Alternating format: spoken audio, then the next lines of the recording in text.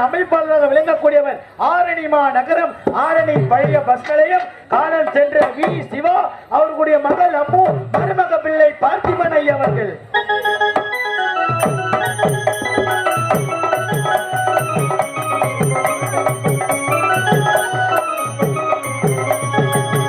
இவர்கள் கொள்ளினால் இந்த புனிதமான மேடையில் நடத்தக்கூடிய நாடகத்தின் தலைப்பு அதிக நடீரக்கம பல்லக்கு நிலைப்பு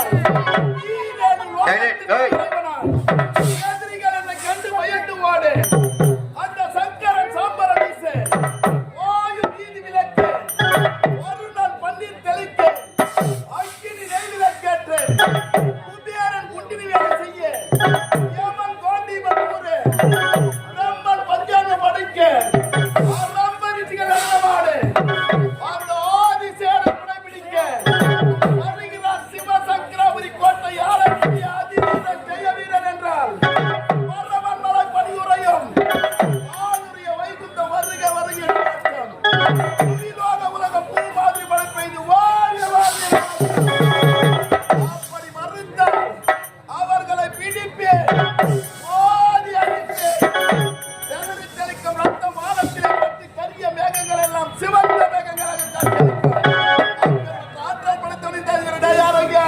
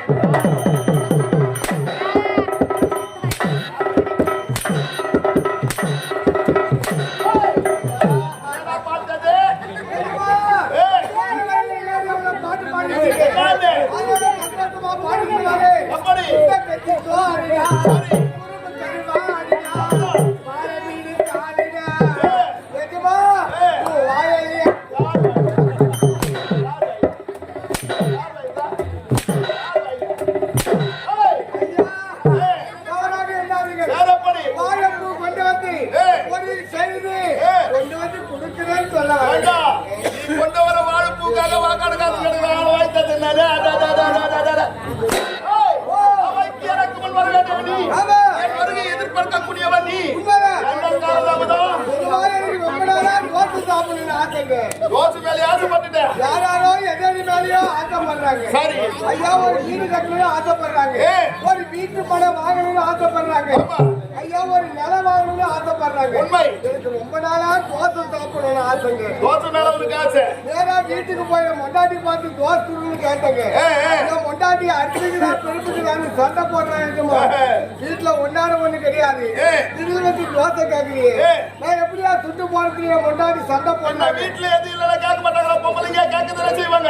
ஏன் மொண்டாட்டி கேட்ட உடனே நேரா எங்க ஊர் நாட்டாளர்களுக்கு போயிட்டு 2 கிலோ அரிசியோ 1 கிலோ உளுந்த பருப்பு வாங்கி வேண்டிய மொண்டாட்டியை குடுத்துட்டு அரசாங்கத்து வேலைக்கு வந்துட்டேங்க. வேலையெல்லாம் முடிச்சு வீட்டுக்கு போகும்போது தோசை நில போடுவாங்க. போய் தோசை எடுத்துக்கணும் வாரியா ஆயமா ஆயமா என் பல்லமா இல்லையா? ஆயமா என்ன? ஆயமா மொண்டாட்டி பேரு ஆயமா சொல்ல ராகதிசிக்காத. மொண்டாட்டி அடிச்சட்டுக்கு தோசை வச்சுட்டு மொண்டாட்டி தட்டுல 2 கிளாஸையும் என் தட்டுலயும் ஒரு தோசை வைக்கிறாங்க. என் மொண்டாட்டி பார்த்து கேட்டேங்க, நீ 2 கிலோ அரிசி போய் எத்தனை தோசை கொடுக்குன்னு கேட்டேன். அதுக்கு மொண்டாட்டி சொல்றேன், மாமா நான் 3 தோசை சுட்டேன் மாமா. 2 கிலோ அரிசி 1 கிலோ உளுந்த பருப்பு. ஆமாங்க. 3 கிலோக்கு 3 தோசையா? 1 கிலோக்கு 1 தோசை சுட்டேன். எத்தனையோ தாய் குழந்தை பார்த்திருக்கிறேன் இது வரைக்கும் நானு. ஆனா வீட்டுக்காரம்மா மாதிரி சாமர்த்தியமான பொம்பளை இது வரைக்கும் நான் பார்த்ததே இல்ல. தட்டுல 2 3 தட்டுல 1 வச்சிருக்கீங்க சொன்னேன். மொண்டாட்டி எடுத்து மேல பிரிவாதங்க. அடுப்புல கஷ்டப்பட்டு சுட்டு எனக்கு 2 உனக்கு ஒழுத்தாங்க. சரியாதான் சொல்லிக்கிறாங்க. எனக்கு மொண்டாட்டிக்கு வாட்டு வாரமா வேண்டியது. மொண்டாட்டி துண்ண பாருங்க, என்ன துண்ண விட்ட பாருங்க.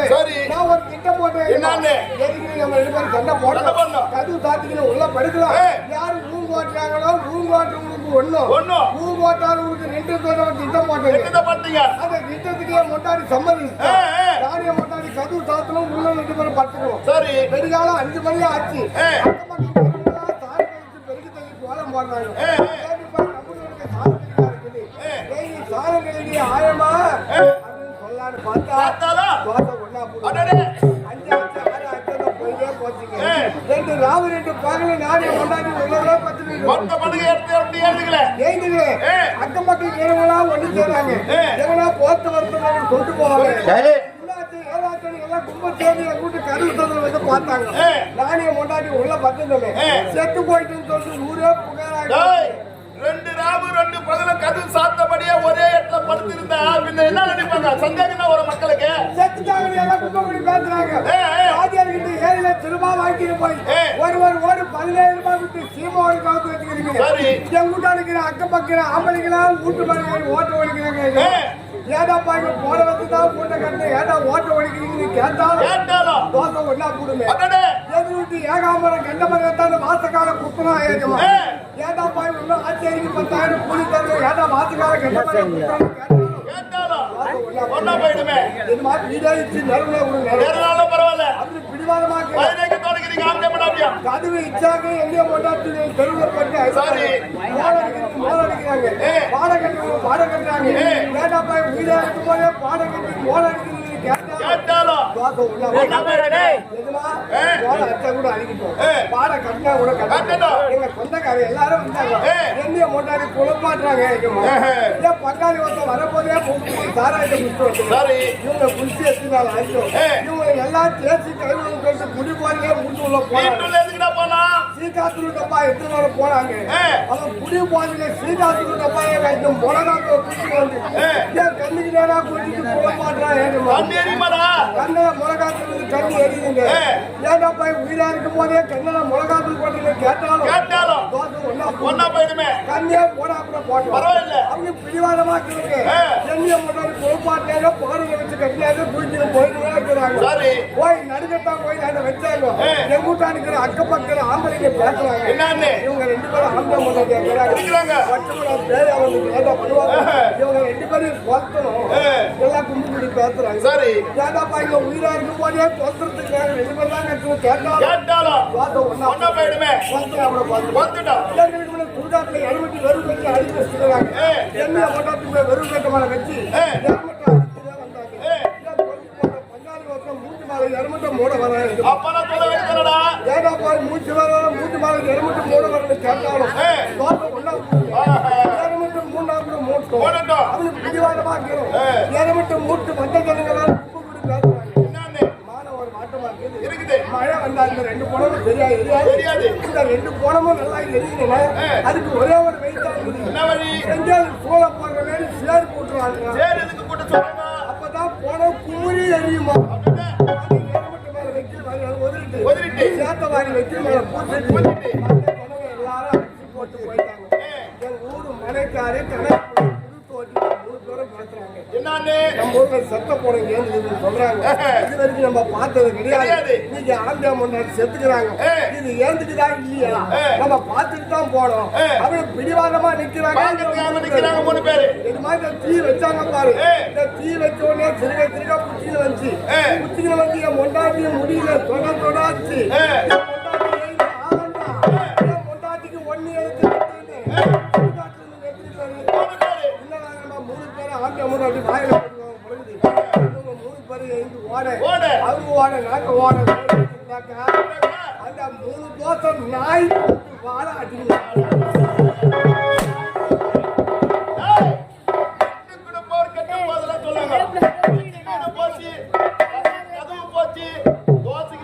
போச்சு. அருமையான சாப்பாடு சாப்பிட்டு வந்து பச்சமாறு கிணவு கண்டு ஓடியாடுறேன் அளவோடு சாப்பிட்டா கதை வராது. தானவ படைகளை பற்றி விசாரிக்க எண்ணம் தானவர் பலரும் செபமா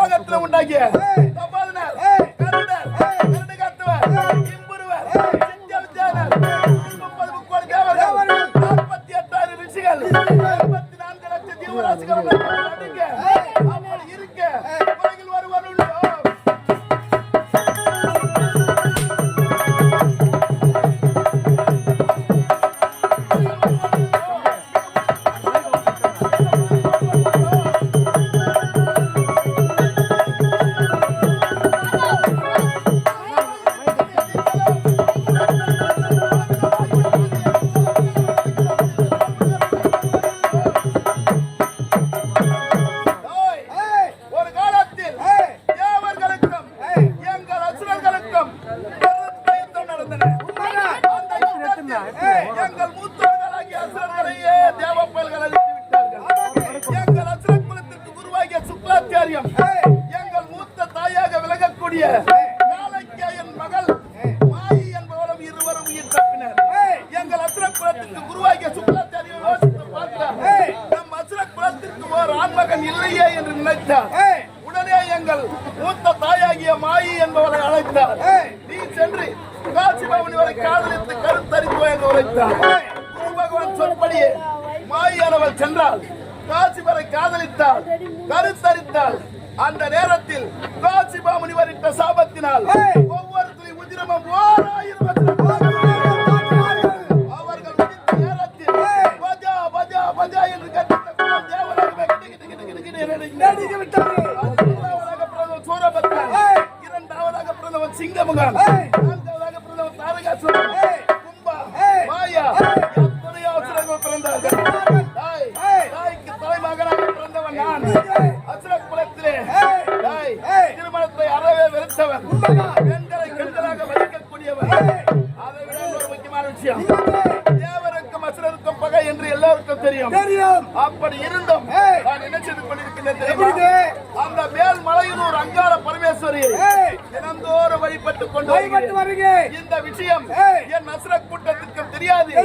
ஏன் என் உடன் பிறந்த தம்பி ஜெய வீரனுக்கும் தெரியாது. தினந்தோறும் தம்பி காண்பது வழக்கம்.